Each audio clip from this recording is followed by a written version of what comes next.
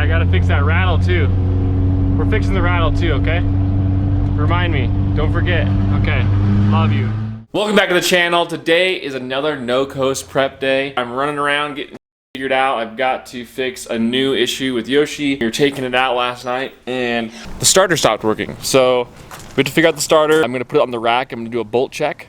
And then I'm actually gonna replace the starter as well, because once you do a couple laps, it gets too hot and it won't start. It's kind of weird. I mean, it's probably original. I don't know. I have an old one that we're gonna put it in too. So I'm putting a used one in place of the used one. You know the deal. But first, we gotta go to Anthony's, swap some tires. Find yourself a friend with a tire machine. It's good. Little drunk when you made that decision. Sorry, bro. So this will be like the 5th tire I've ever mounted in my life. He's making excuses. He mounted like 10 the other day. It was like, you mounted 2 and I mounted what, the other 6? No, you mounted like 3 and I mounted like 4. Or 4 and 4. That's weird. The math isn't mathing right there. Only maybe 17.8 at the most. Jesus. So these are gonna be fun to go on. Yeah, we'll be squishing them down. Because I think those are the same as the ones I sold you. Pain in the ass here. Of course. Go. The motor has a dead spot. Oh, look at that red.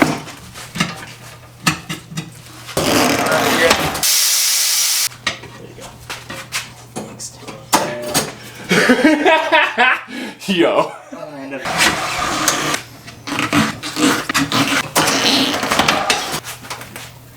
Oh. There. Ah! Alright, we got all the wheels wrapped. We're gonna head back to the house, pick up Yoshi, go figure out that starter issue, do a bolt check, then Yoshi's good to go, and then we have to do an oil pan gasket on the blue car, which is gonna suck, and we'll fix the power steering leak while we're there, so that'll be fun.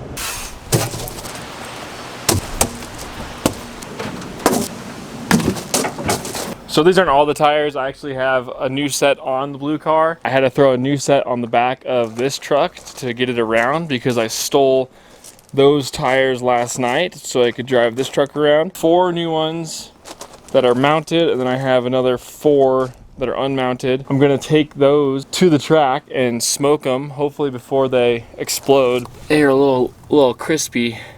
The ones I put on Yoshi were actually a little worse.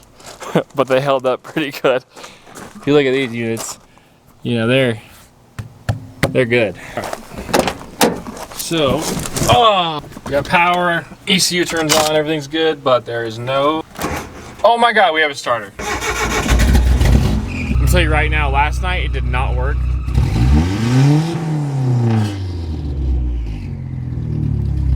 We're gonna go swap out the starter anyway. We'll actually have to test the new one first, make sure it works, and then put it in. It's from the dual cam engine that was cracked. I'll link that video because that was pretty lame.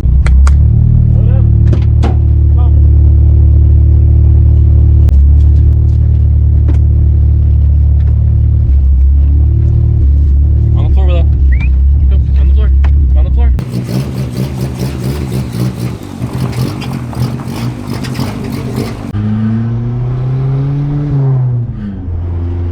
I gotta fix that rattle too. We're fixing the rattle too, okay? Remind me, don't forget. Okay, love you. God, that rattle, so bad.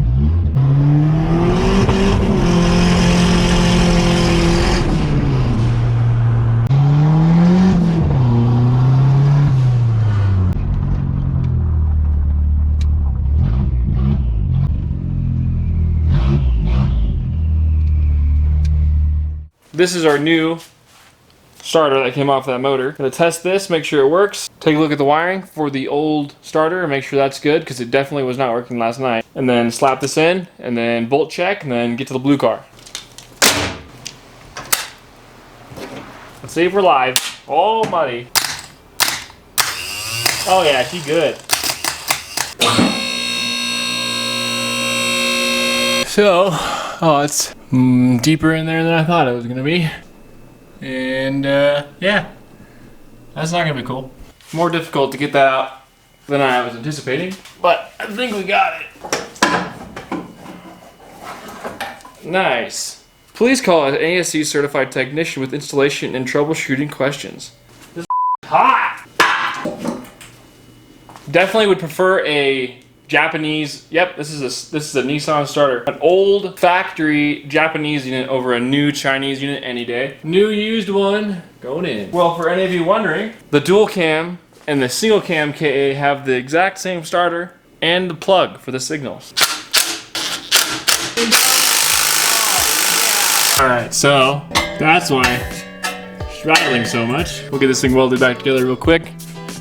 Be good.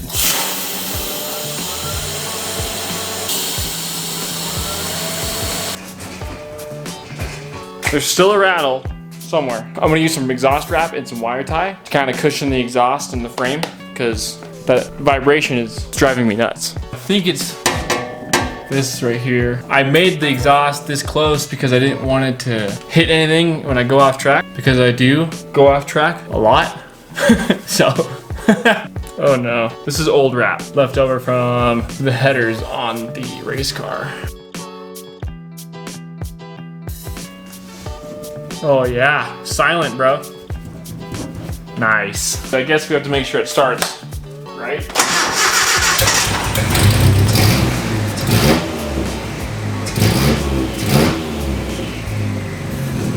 Alright, we're gonna bolt check everything, get it marked with some paint, and then move on to the blue car. I'm not gonna record any of that because it takes forever and it's boring. So I'm gonna skip right to the blue car. Alright, so those of you that don't know, this is my actual race car. This is the competition car that's competitive. Yoshi is just kind of, you know, the cheap drift fun weekend car kind of thing. This is actually the competition car. It's a 92 240SX with a built LS3. Everything runs good. The only thing that really needs to get done to it is a livery, the oil pan gasket, and there's a power steering leak, and a bolt check. So bolt check, paint everything just like Yoshi. I'll be bringing Yoshi and the blue car down to No Coast. If you do see me and I'm in the blue car, I probably won't be giving many ride-alongs. The reason being is it's really hard to get people in and out of the passenger seat, and it really digs into my seat time, where I'm really trying to kind of get a lot more comfortable in the car. If you see me in Yoshi though, if the seat's open, just come over. I got you. Like, we're gonna go for a ride. Yoshi is just a pure fun car, and there's not much that I need to learn while driving that truck. It's purely fun. If I am open and I am kind of winding down for the night, I will start to get rides out in the blue car. It's just difficult and it takes forever, so bear with me. So if you've seen the other video of the Z31 where I converted it from NA to turbo, you know, I built this little rig engine holder. I know there's a name for it, but it's slipping my mind. To install the turbo and all of the oil lines and supporting bullshit for the Z31 turbo swap. If you ever own a Z31 that's NA and you consider converting it over to turbo, just don't do it. Total waste of time. It was fun to do one time, but if I had to do it again, I would just pull the motor out, and I could have just swapped in literally anything else and it would have been better.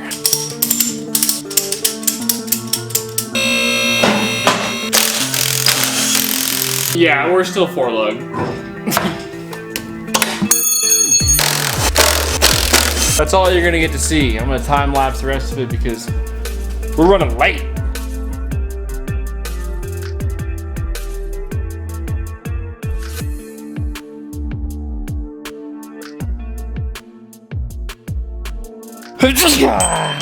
Woo! Everything was going really smooth until we came to the subframe bolts, and then we had to get a little creative. I mean, look at the head on this thing. Like, what is going on? Drilled through the bolt, loosened it up, and then hit it with the impact, and then grabbed this with the vice grip. This took an hour and a half just for these two bolts.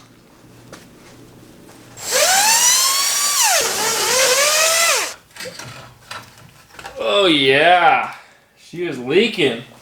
Looks like the entire pan was leaking. I was questioning the pan gasket that came with this kit. It looked sus, dude.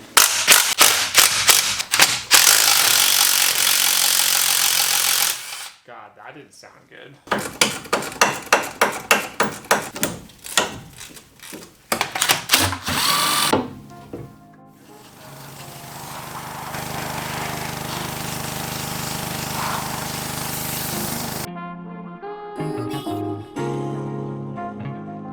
So we got the surface prepped. I went and got a new gasket, but I'm really not a fan of these aluminum silicone gaskets, so I'm putting a little bit of RTV on the pan and on the top side of the gasket before I put it in. I did find some imperfections on the flange itself. I had to actually smooth out with a file. That may have been the issue the entire time, but we're gonna get this thing installed, get this thing on the trailer tonight, and get it over to the wrap shop tomorrow and get the livery on this thing.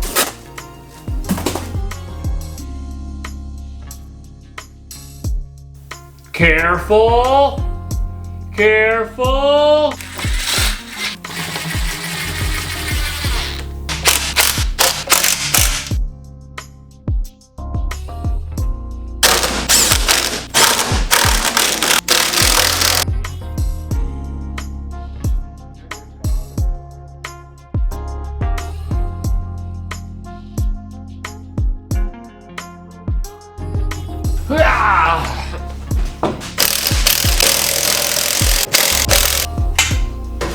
Ooh. Don't scratch the paint, dog.